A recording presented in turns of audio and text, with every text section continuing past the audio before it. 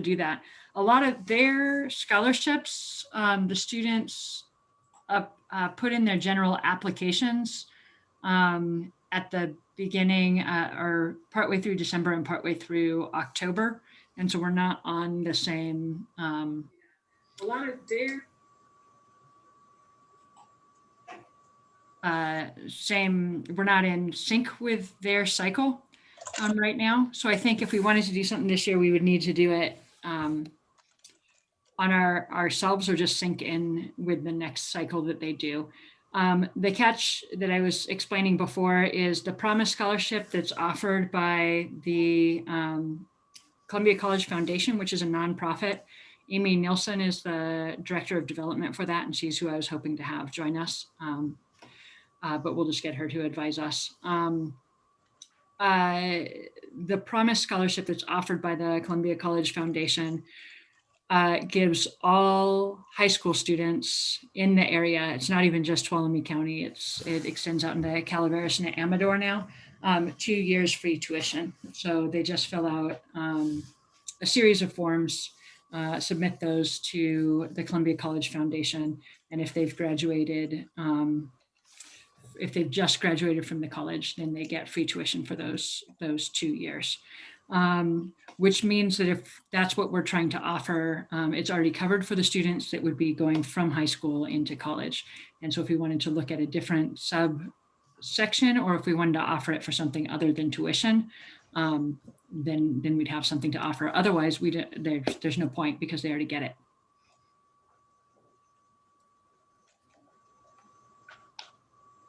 Was this like a big endowment that they received? I mean, what an amazing windfall to have a college offer free tuition for 2 years. Yeah, you can get that information online. It's called the Promise Scholarship. And so it was the same folks, same folks who did the library also did this endowment, which is, I believe, the Weiss family. But it's an amazing thing to offer this community, and that's already out there, and not only just for Tuolumne County. If they were able to extend it with additional donations, they were able to extend it past the county to the whole area that Columbia College serves, which is unbelievable. So Lisa Westbrook, typically, how much money do we typically do? Is it 2 scholarships? Well, when we went to the board last year, it was approved for $1,000 each for each school for Somerville and Sonora High. And that was if they were planning to go to Columbia College. Now, the applicant that we only had one applicant last year from Somerville High, and she wanted to study to be a hydrologist. So we decided just award $500 since she wasn't doing kind of the outline of the application. So she was awarded $500. So, but the board did approve $1,000 per high school. So it sounds like we could open that window up again if we want to for the high schools, or as Director Murphy was saying, we could change the program and have it be housed by the Columbia Foundation, and then their application period's different. It's in the fall. So we would have to make that decision pretty soon, though. That's kind of the way we wanted to go. Yeah, and I think Columbia College would accept the our materials whenever we want to make those available. I'm just looking up the Promise Scholarship, see when the students apply by March 2nd. So they applied, their applications were due by yesterday for the Promise Scholarship. And I didn't realize it includes Tuolumne County, Calaveras County, Oakdale, Waterford, and Mariposa counties. Does it include reentry people, like reentry women, or older students, or does not include those people going back? Specifically for the high school students that are graduating from high school to apply into Columbia College. They get basically their AA paid for by the Promise Scholarship. So free tuition for that time.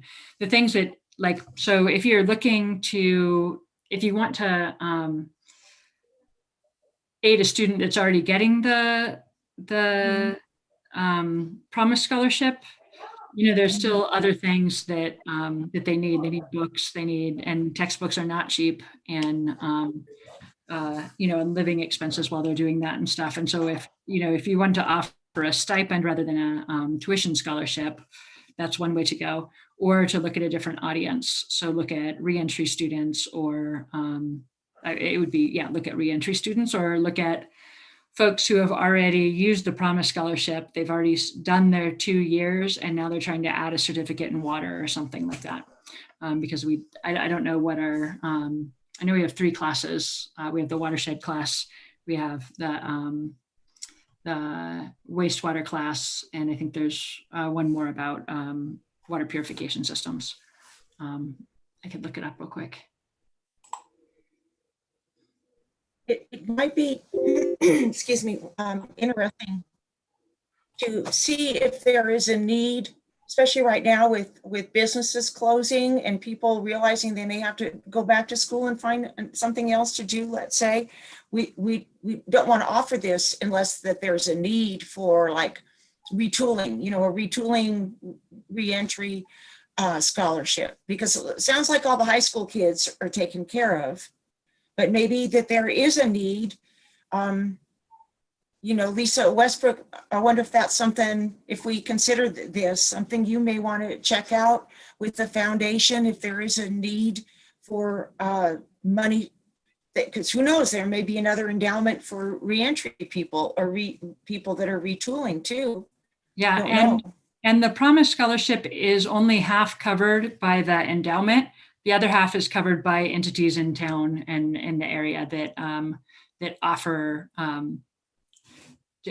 like they'll, like if TUD wanted to do it, we could become part of one of the supporters of the Promise Scholarship. And if we became one of the supporters of the Promise Scholarship, we could say that we have a certain amount we're going to give each year. And then that gets redirected to the students. And the foundation is very good about acknowledging where money came from and the connections to the community. And so it would be up on, on the websites and stuff for that. I'm not exactly sure how all that works, but when you look up the things, you can see all of the different entities in the area that have also donated to the Promise Scholarship. So we could just, if we wanted to just make it super easy, you just, Lisa would work with Amy Nelson to have TUD help support the Promise Scholarship. And that would be the simplest, easiest way to help high school students in the area go to the community college. But if you wanted to put more parameters on it, you can. And I just looked up the classes, and it's the introduction to watershed management, drinking water treatment, and then a wastewater class, or the 3 that are offered this semester. I know that last year when I was talking with the high school counselors, because that's who I work with for the application process, they said our application was very specific, and that people had to have, that they had an interest in natural resources, water resource management. So they thought that if we wanted to open it to more general causes, I'm just giving you their feedback, we could do that. But since it was just for Columbia College, that's why we only had the 1 applicant. So just to give you the 2 cents back from the counselors. Well, I think the reason you only had the 1 applicant is because tuition was already covered for all the high school students. Like if they wanted to apply for it, they already could get tuition covered for 2 years. They were pretty much saying it was a lot of them were looking at, most of the kids that they were saying that are applying for the scholarships through the high school program are looking for monies to get them to a 4-year. So that was the other caveat, that we're specifically saying this is for Columbia College. So yeah. And for Columbia College, I believe that they do it through the Columbia College financial aid office, not through the high school. To get for people who are enrolling at Columbia College, they get their financial aid through the college, not through the high school. So that may have been part of the issue too. Anyway, at this point, I think we can decide if we want it to be, you guys have been working with this thought, it sounds like for years. And so what are you hoping what are you hoping that it offers? Well, I'm for making it easy, and I'm for filling a need. It sounds like a real big need that we could have filled is already filled, which is really good. And, right now, just to keep it simple, and the foundation is very reputable, and they will make sure that the money goes for a need, I'm sure. Whether it's, books or other sport things. So I'm for keeping it simple, but it does raise a question at some point to actually eventually have some apprenticeships, and maybe TUD already does some apprentice programs. That's another topic for discussion, I realize. But for right now, I would like to recommend we keep it simple and let's say give, $2,000 to augment wherever this Amy Nilsson, because I know her as well. She's very reputable. She would make sure that the credit came back to TUD, that we're supporting whatever endeavor the money went for. One note that I think Director Murphy mentioned, that we could have parameters that it would be restricted to only Tuolumne County students. Would that be appropriate? Yes. I think we could be criticized. Well, maybe that's a strong term, but the foundation's good. I've heard about it, but if they do take students from Calaveras and Oakdale, that's Stanislaus County, so it's other counties. I'm just a little concerned that TUD perhaps consider just restricting it to only Tuolumne County students. Yeah, I don't think that would be a problem. Sure. I think they can work with whatever parameters they give us. If we want them to give away money for us, they'll work with what we're asking. And like on that, I just want to reiterate, because my head's a little cloggy today. The Promise Scholarship is half funded by an endowment and half funded by yearly contributions that come with inside of the community. And some of those are from individual people and some of those are from businesses. And so there is room for us if we want to be in the Promise Scholarship. I believe that there's room for us to work with Amy to say, we'll give this much towards the Promise Scholarship.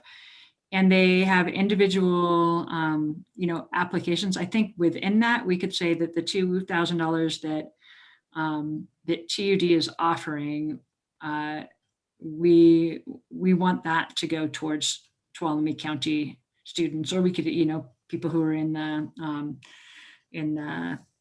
it'd probably be harder in the water district to delineate who that, but Tuolumne County, I'm sure would not be a problem. I say that definitively, but I am fairly sure of that, not 100%.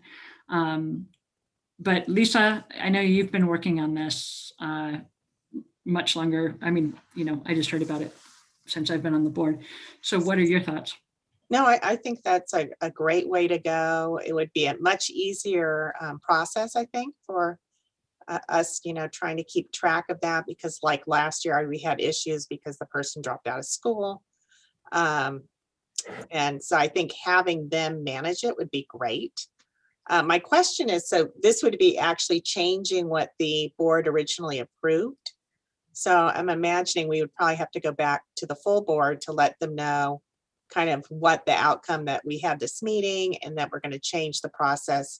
Once I connect with Amy, I'm thinking, then we have more details and we could bring it back to the board, but realizing we're not doing, quote, a high school scholarship in this process, that we're going to change it through working with the foundation. I'm gathering that's what you're sensing.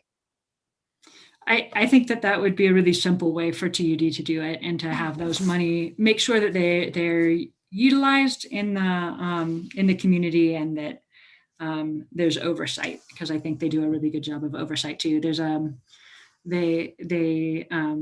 which would be harder for us to do, because like within the Promise Scholarship, they have to be enrolled in at least 12 units, and there's stipulations in that. And to get the next semesters, I think they have to have passed all of those classes. And so they already have all of these, and that they already have all the things in place, and they work very closely with the college.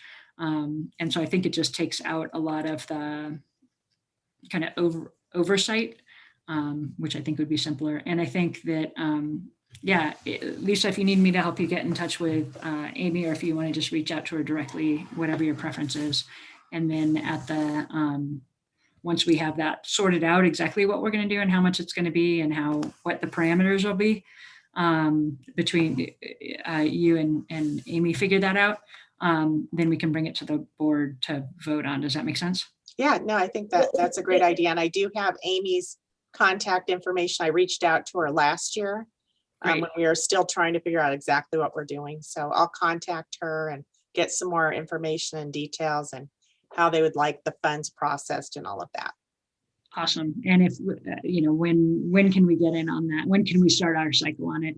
And just a question, just for my own clarification, for this, we do this once for TUD, are we wanting to just give the funds once a year?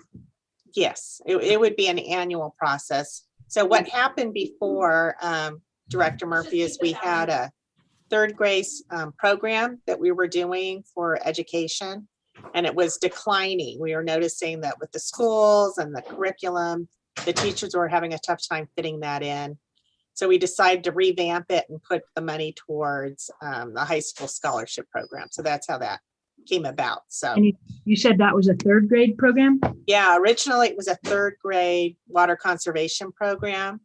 And with the booklets, the coloring, and I hired someone to go into the schools, which obviously they couldn't do that last year anyways, with the COVID and everything. So we decided to revamp it a little bit. And so we changed it to a high school scholarship application program. So, but I'll be glad to connect with Amy and provide you the feedback, and we could eventually present it to the board. Perfect. That sounds great. Thank you. You're welcome. Okay, let's keep it rolling here. And that's all good. Consider and approve item number 2, partnership with Tuolumne County on promoting Firewise Communities Public Outreach insert.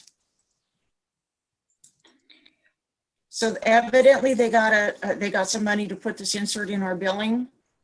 They did. So I was contacted by the County of Tuolumne OES department from the County Administrative Services area, and they received some CCI funding through their Tuolumne County Firewise Communities program that they've been really pushing, trying to get more community members involved.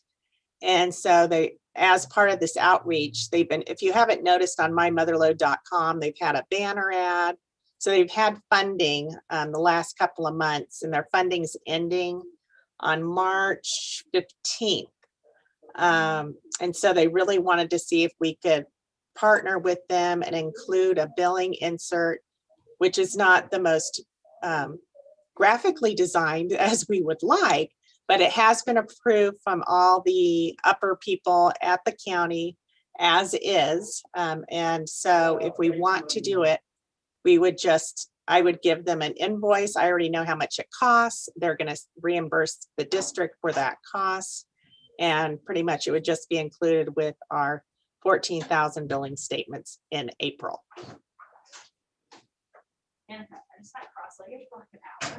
So it's really comes to the decision, do we want to support the county as a partner as promoting this for just getting the word out on trying to get a Firewise communities out there. And I can also, if we want to extend that, partnership opportunity, I could also put a little blurb on the website that says with an easy link that they don't have to type in all the HTTPS, blah, blah, blah. We could just put something on the TED website for a couple of weeks that would get people knowing it's there, and then that would actually cross promote the message as well. Is there there's not any place that we can note on the stuff that they'll get in the, because it'll just be the bill and the insert, right? There's no way to tell people that we would have a quick link on the website, right? No, but what I could do with that is I could do that on a TUD web post, which links to our Facebook page. So Oh, that nice. would get the message out. And then what I do, then I spread that and share that message on other Facebook portals that are kind of our partners. Yeah. Is there any way that we could do just that little block of the 5 things they recommend? Sure. Mow your lawn, because I think the humans, where the easier we can make it for people to know what to do, the more likely they are to do it. And so if we can have, and that was what the suggestion we had for the flyer was, to just put the kind of to-do list on there for everybody's properties. But if clearly the flyer is not going to get changed. So if we could have that easily on the website and then the link, that I think that'd be really great. No, I think that would be a great and easy solution to that, because I do know that a lot of people do not like to actually type in that long address. So that would give them a very easy one click to guide them to the right place. Yeah, that'd be great. So are you? I think it's great to partner. So are you approving the insert as is to be with the TUD? Are you fine with that, or did you have any questions about that? So I guess the question is the process to do that. So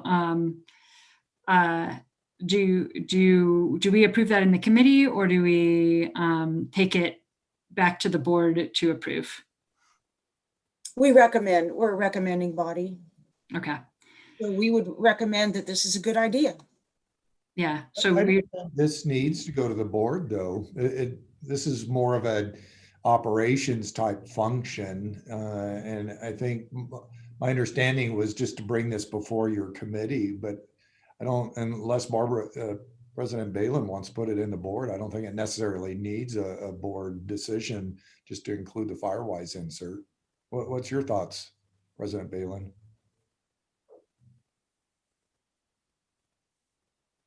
You're on mute.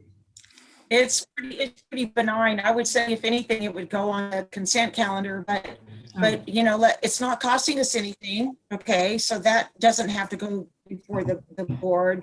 You know, a little bit of Lisa's time to shorten the link. That's good. But at some point, I think it would be really good to be able to get a grant and pay for some brochures that the University of Nevada, the UNR, that actually talked about the wise use of keeping your property green. I mean, that actually, it has a water message with it, which gives some direction too. And those were great brochures. I don't know if our county has the same kind of brochure. A little bit off topic here, but back to your concern, Ed, I don't think it needs to go, but we are recommending body, if you will. So, you know, typically stuff then just goes on the consent calendar, but I don't see any financial impact here. So it can just, if we're okay to recommend to staff that it go out. What do you think, Lisa? I think any partnership any partner we can do with the Firewise Council, we should, because we're all looking for the same community benefit here. And certainly fire and water very tightly tied together.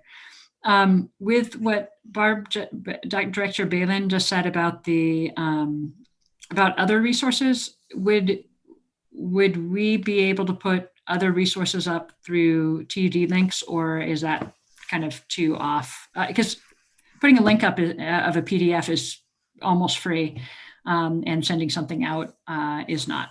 So I guess that's just my question. Good point. No, we can. Would that be possible? Yes, we could definitely do that. At other places where I used to work, we actually had other helpful links, a section. And so we could put community links as a drop down on the website with some of our partners. And then that would be an easy thing for me to link on. So Yeah. if there were any like particular websites you thought that would be good for the community, we can put that on there. That would Well, be easy to do. If you, back to the last topic we were on, if you wanted to, on the TUD, show the connection with the Columbia College Foundation, you could do it through that to the Promise Scholarship if we're one of the things, which would, I think any of the connections that we can do within the community and the organizations are create more positive in the community. And we could call it like community partners, with a drop down with links and a little bit of information. And resources. So we would link to DWR for water conservation and efficiency opportunities, things like that. Mm-hmm. That'd be great.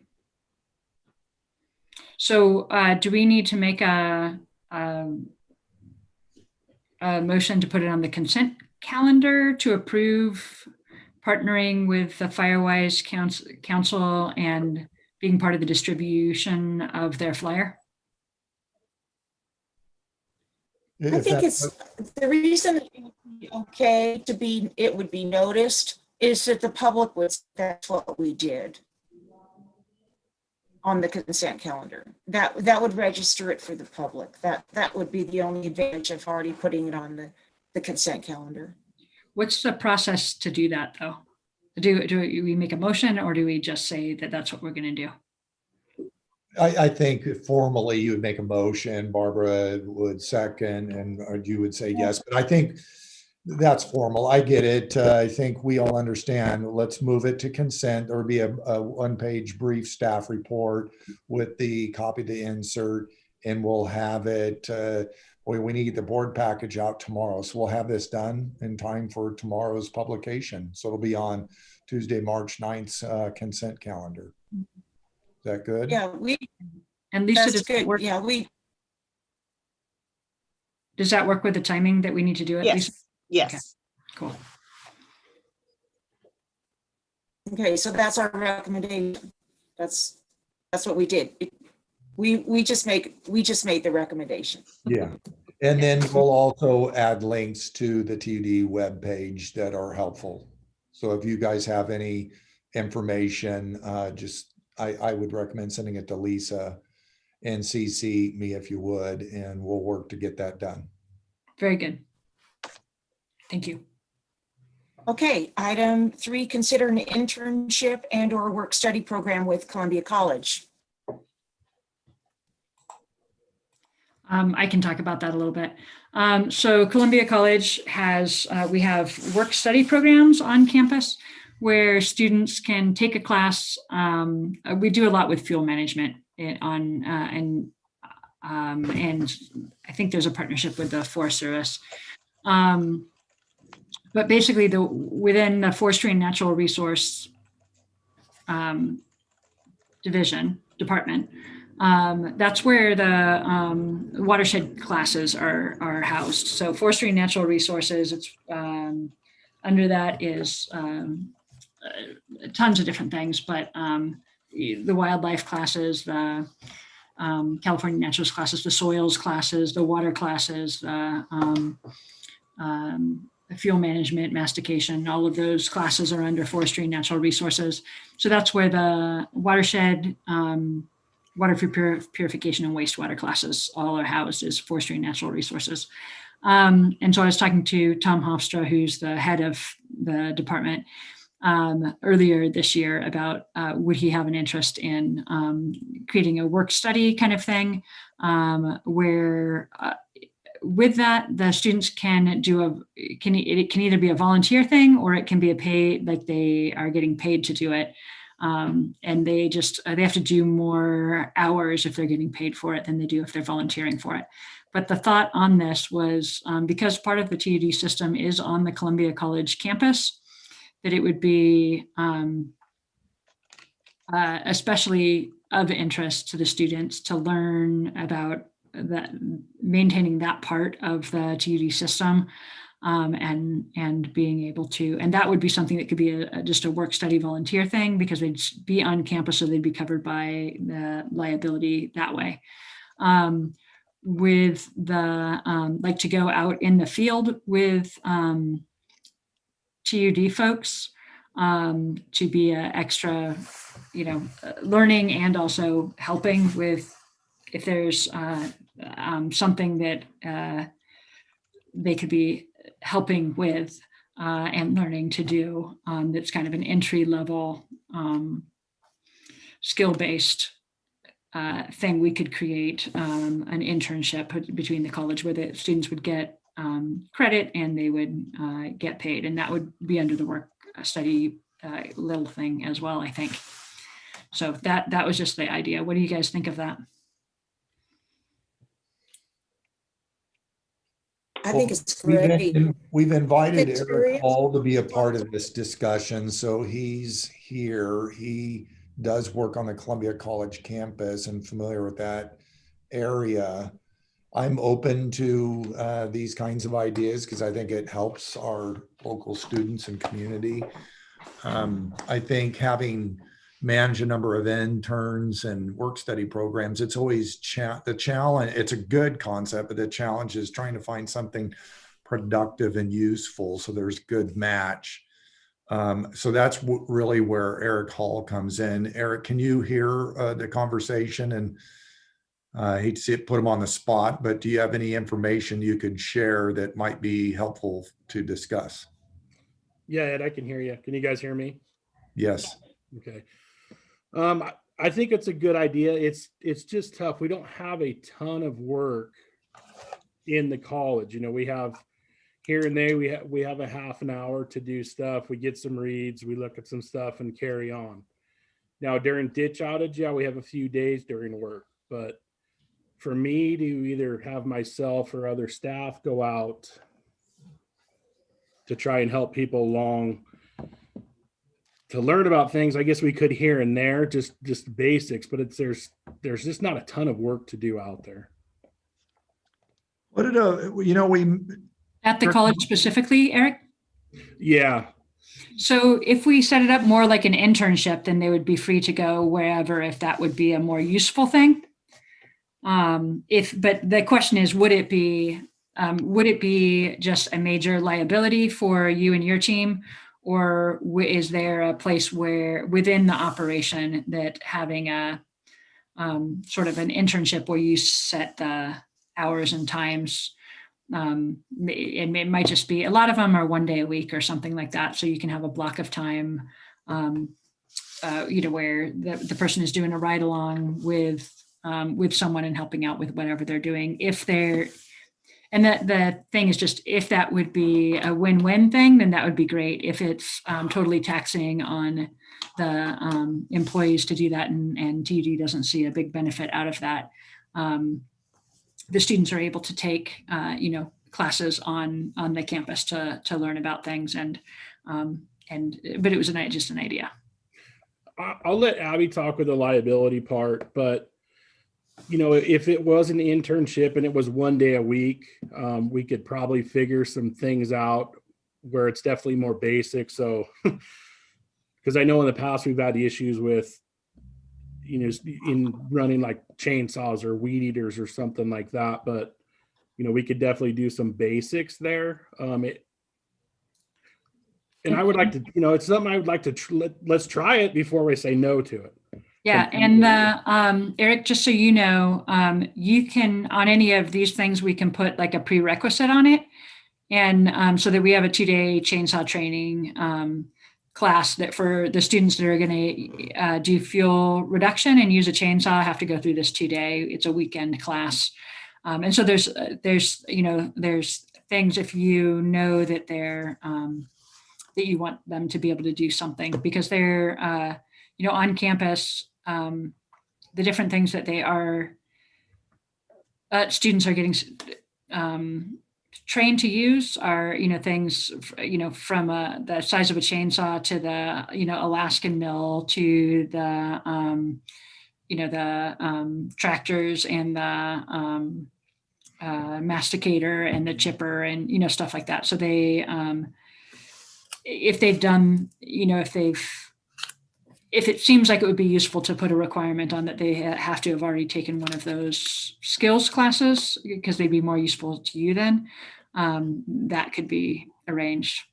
Okay. We don't have one for weed whackers.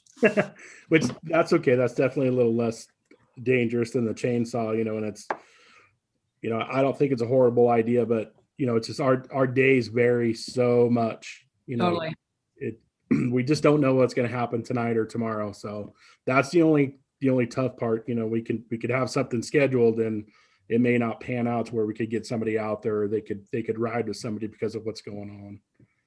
But Wonder if it might be, I like to try to get it more academic and tied to their coursework. I guess with some of the mastication, maybe a chainsaw, but we have seasonal workers that do a lot of this too. I'm not sure that would necessarily be the best work that I'd like to see them doing, but we do water quality monitoring.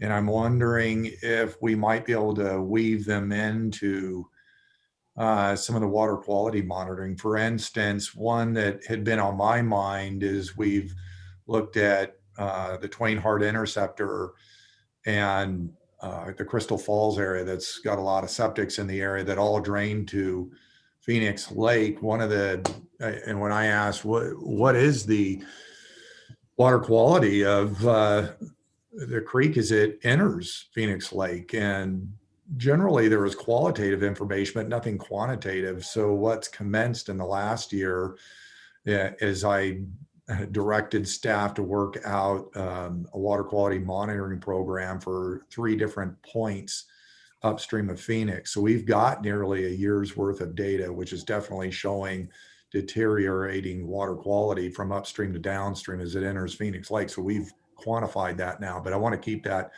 going because I think it's going to be useful for the IRWM program as we look about. This has been studied for Director Murphy's purpose, sewering that whole Crystal Falls area. There was a SOMAS engineering report that was done in, I think it was 92. So it's very old, outdated, but this concept's been around a long time. But there wasn't a lot of water quality data. I'd have to talk to Mr. Perkins about this, but that would be something more academic, real field, without involving chainsaws and other. Yeah. And Tom Hofstra was a decade ago involved in the water quality monitoring up in that area. And I don't know, I can't remember what he said the entity was that he was doing it for, but it was a volunteer program that used to exist that I think sort of dissipated because nobody actually wanted their data. Well, I think that would be great to resurrect. Maybe they were onto something that it could be real useful and not only academic, but translational into real world and something very useful for the community. So our staff has picked it up, but I know that I had to basically fit it in between their other duties. And would that be something that a staff member and a student could do together, or would you just be asking? I think to begin with, yeah, I think there would definitely need to be some coordination to make sure they, because they're sampling QA/QC sampling protocol. We'd want to make sure if we're going to do this, that it's done correctly. Otherwise, the data is not worth anything. So we need to make sure it's done correctly. And I don't know if they're doing any in situ water quality monitoring. I think they're taking grab samples and then sending them to the lab and it's being reported along. TUD does a lot of water quality sampling. So this was added, and maybe this is one area that could be helpful. Yeah, and I was out, Tom's class, watershed class, went to Phoenix on Monday, and we're talking about it from Indigeny, and they were asking what kind of water quality testing TUD does, because I was along with them on the field trip, and I said, I know that TUD, because they were like, because Tom was talking about the fact that the streams used to be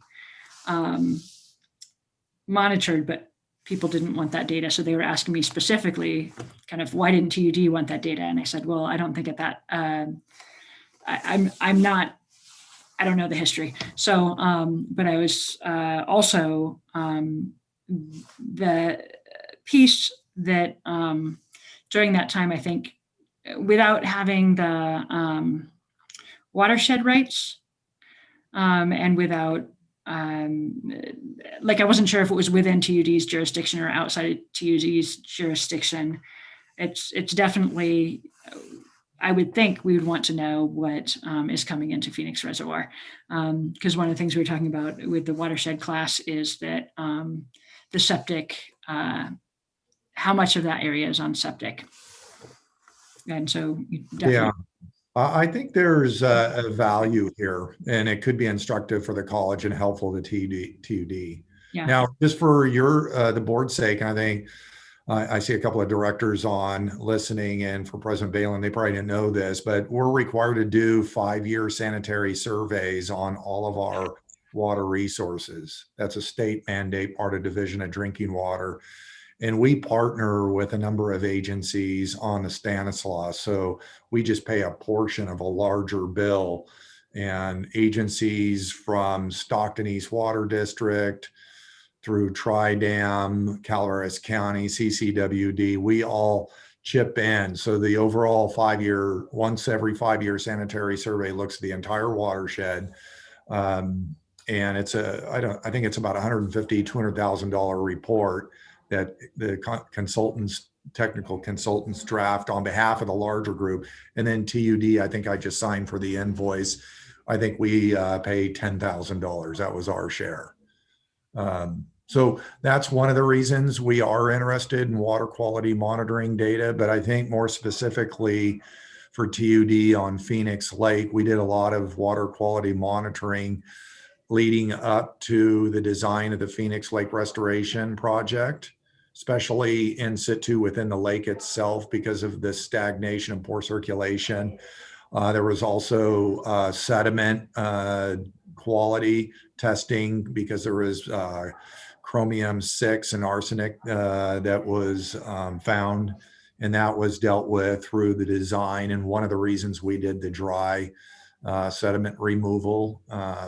So there's been a lot of work done on water quality in the area. But like I mentioned, a year ago, I asked about the influent water quality of Phoenix. And while it had been a hit and miss over the years, we weren't currently sampling. And so staff over the last year has 3 points above Crystal Falls, about midway through Crystal Falls, and then just upstream of Phoenix Lake. And the preliminary data that I've asked about definitely shows a deteriorating water quality entering Phoenix Lake. And so as a drinking water provider and permit holder, we're required under the law to do watershed management and protection and do what we can to improve water quality. Now, that doesn't mean we have to go sewer an area that's on septics. We don't have that legal ability. That's really a private property owner right if they would like to. But the problem with this, and I've done this before, is that they have to be organized. And it's tough for private property owners to organize themselves, because at the end of the day, and this is the SOMAS engineering report from '92 that talked about this, they need to form an assessment district.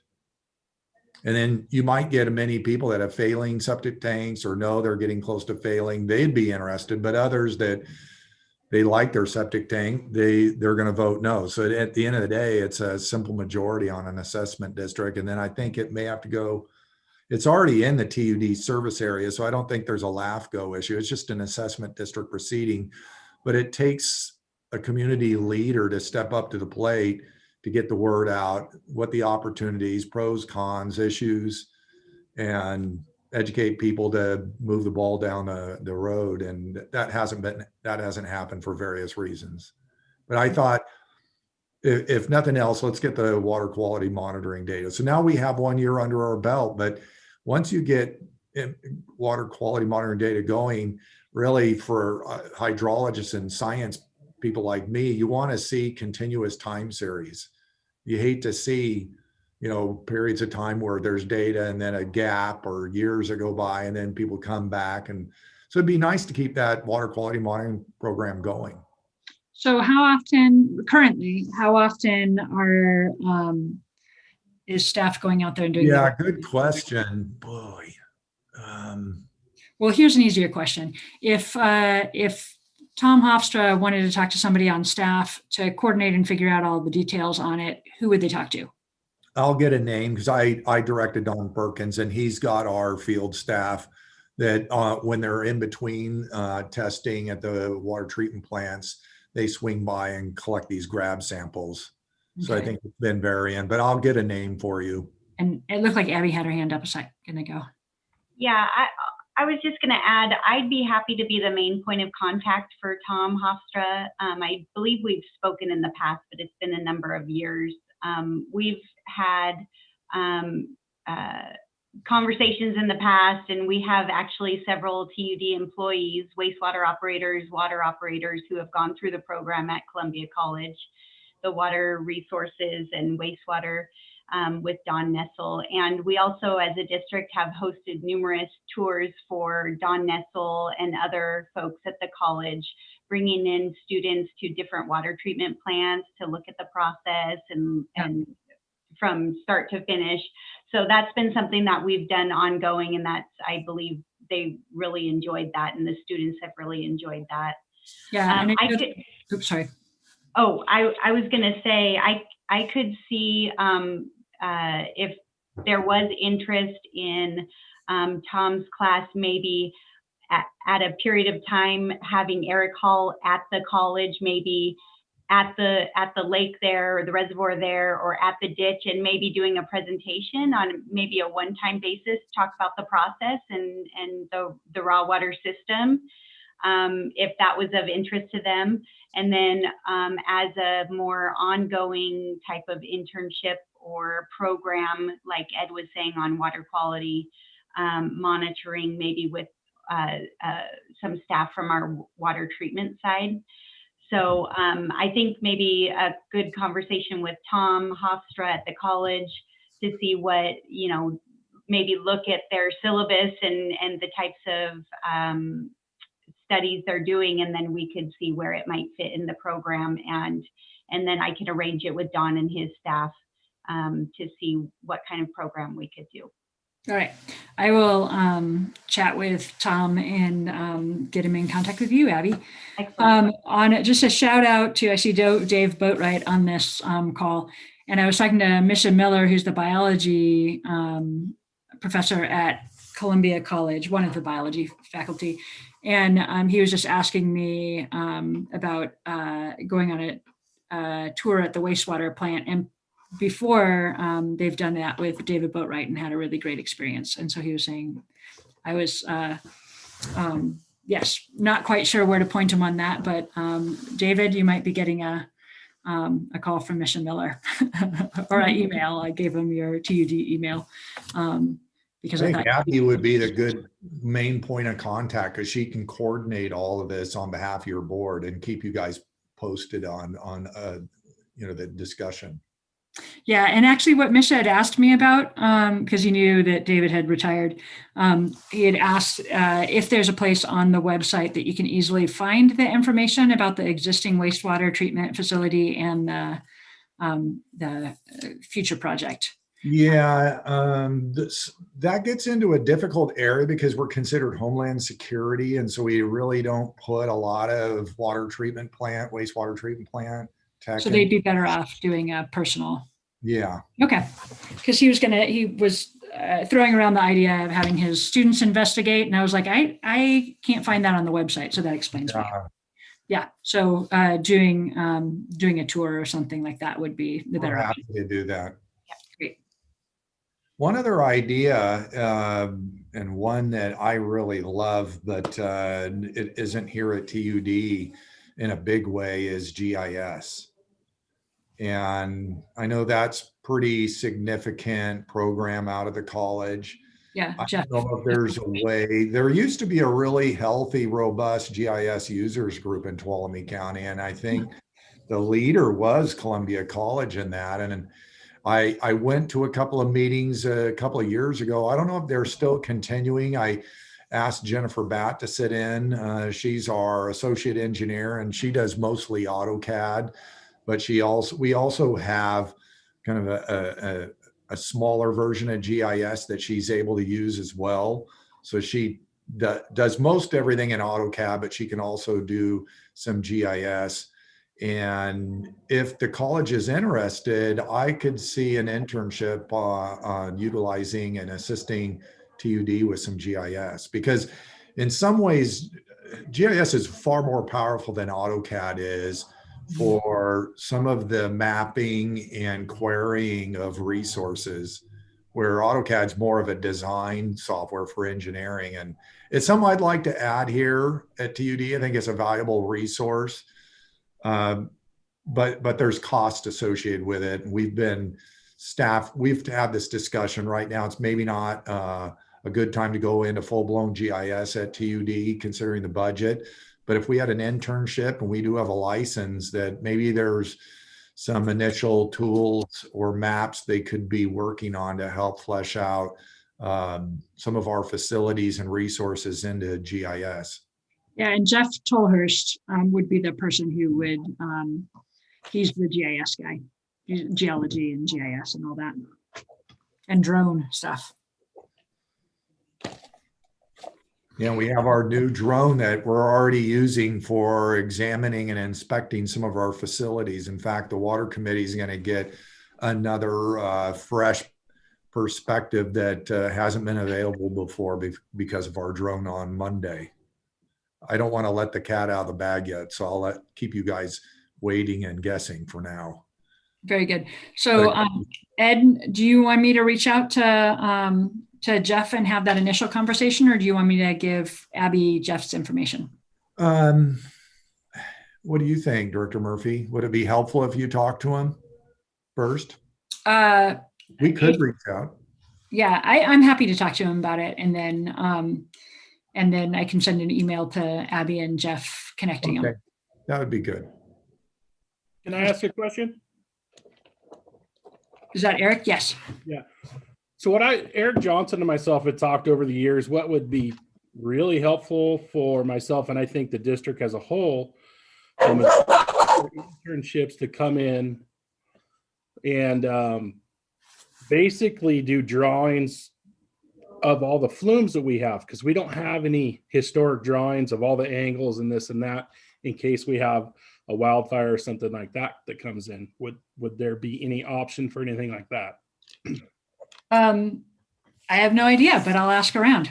Okay, thank you. And you would want like hand drawings, not like digital?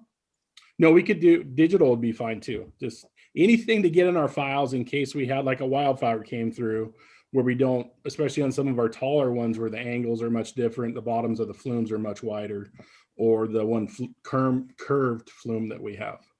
And you'd want more of like an engineering, yeah, drafting kind of thing.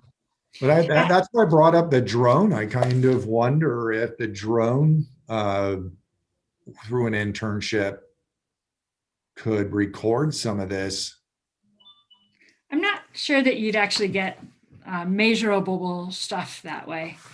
I was on a river study where the UC Merced was trying to use drones to do assessment of the damage from one of the, I shouldn't say damage, but the erosion events, massive erosion events that happened on the middle fork of the Tuolumne, I believe, coming, anyway, with the big atmospheric river events. And they, is specialized software that they were trying to utilize. And at that point, they hadn't gotten it.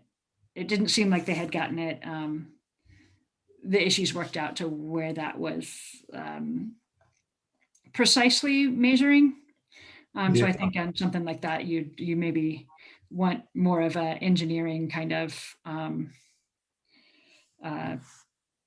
blueprint, for lack of a better word. But Right. I'm guessing.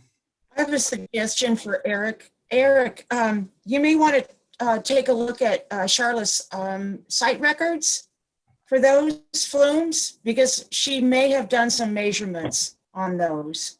Okay. Are you familiar with the Historic Properties Management Plan Yes. and and her report? Yeah, each individual site record on each ditch may have something like that measured. I'm just suggesting that's typically what we have to do. You know, the Yeah. height and the construction and the photographing, the construction and how it's keyed in, and the box and the bent and the materials. Yeah. Those be described in the heritage records. Okay. I'll look in the heritage, because I know in the HPMP that we have, it's not that in depth. You know, we have the height and the lengths, but I'll do some more research. Thank you. Yeah, and if not, I think we could get a cultural resources grant to get those recorded properly. Okay. Good idea. Yeah. Okay, so we have So it. Lisa, you are going to I'll go just ahead kind and of take the summarize. I'll kind of summarize what I think I've Wait, tasked wait. myself to do. Okay, go ahead. So I will talk to Jeff Tolhurst and Tom Hofstra, just to make sure that there is the interest on the, I think there is the interest on the college side. That I know for Tom there is, but I would imagine for Jeff there is as well. And for talking to Jeff about kind of GIS internship type stuff, and with Tom about water quality monitoring, and if that would be something that would get become part of like the watershed class, or if it would be something that somebody was doing more as a work study or internship kind of thing. The question I have for TUD is with if it was set up as sometimes internships are volunteer things, sometimes there's some sort of stipend or something that goes along with it. Which would be the preference from the TUD side? Because it puts it in a different category. I think we're open to all options. I think we've done paid. I've done paid before as a public agency. It's not a lot of money, and I think it helps students. So let's talk offline with our team, and we'll get more information, talk to these professors. But if your board's okay with allowing staff to research and discuss, we'll get back to you on a recommendation. Yeah, I think that'd be great. And the thing that I think, like with the GIS stuff, that might be something that would be better set up as an independent internship rather than something integrated into one of Jeff's classes.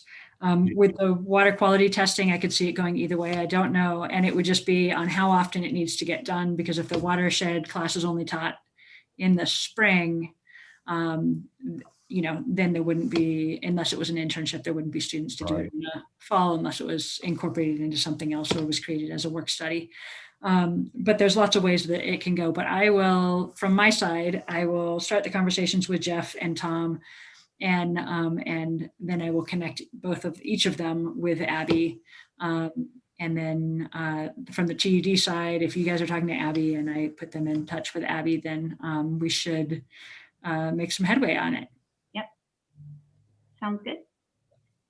Does that sound good to you, Barbara Balin? Director Balin? Mhm. Good. Does that sound good to everyone? Good to me. All right. Okay, anything else? Melissa, do you need any clarification? I pretty much think I have a brief committee recommendation for for item number 3.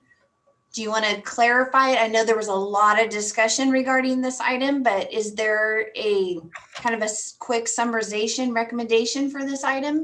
I think kind of the action item is on the TUD side to figure out what is possible from that side. Okay. Versus like paid or unpaid staff that would be involved, and time that would be needed for them and time that would be required of the students. And on the flip side of that, I will get Jeff Tolhurst and Tom Hofstra. I will start the initial conversation with them and then put them in touch with Abby. Thank you. Slightly shorter. Much shorter, thank you. Okay, And I saw, David Boatwright, I saw that you had said that you would be happy to make yourself available to work with Caleb if there were requests for tours down at the wastewater facility. So that would be awesome. I know that Misha was really impressed with your presentations in the past.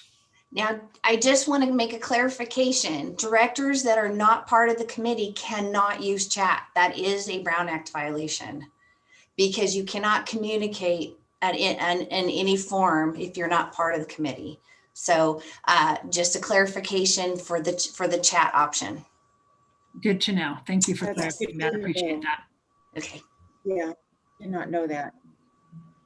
All Well, right, we're all It's put a on good, notice. very, very good way to learn it, because I don't think anybody would have a problem with what was said in that. So it's a good learning experience. Absolutely. And it's new and it's Zoom and it's a great feature. However, like it's the same thing at a committee meeting. If we were sitting in person, you can't like hold a note or make a sign or anything. So. Good to know. All right. Thank you. Well, then I think that concludes the meeting. I hate to be in a rush, but I do need to be somewhere at 3, so